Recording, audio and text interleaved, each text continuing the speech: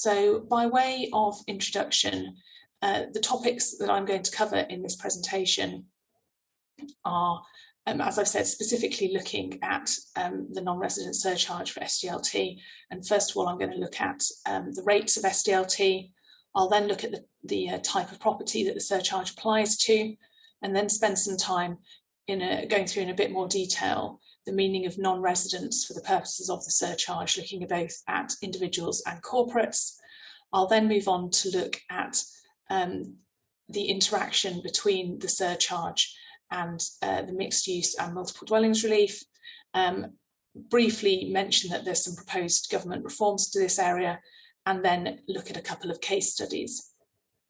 So the surcharge, by way of background, was introduced in the Finance Act 2021, and specifically it was in section 88 and schedule 16 of the Finance Act 2021.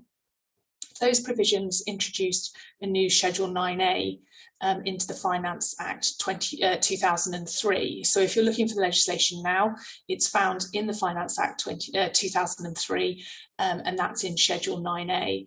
And throughout the slides for this webinar, I've included references to the particular paragraphs of schedule 9A.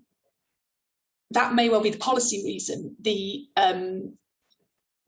implications of that are that sometimes clients don't understand or aren't aware that there is a separate set of rules, and so they may well think that they are resident in, for example, under the statutory residence test, and therefore the surcharge won't apply to them.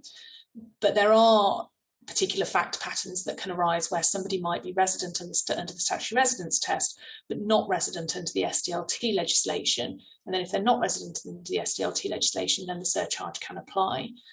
So it's just worth sort of being aware that there are different tests, and clients aren't always aware of that at the outset.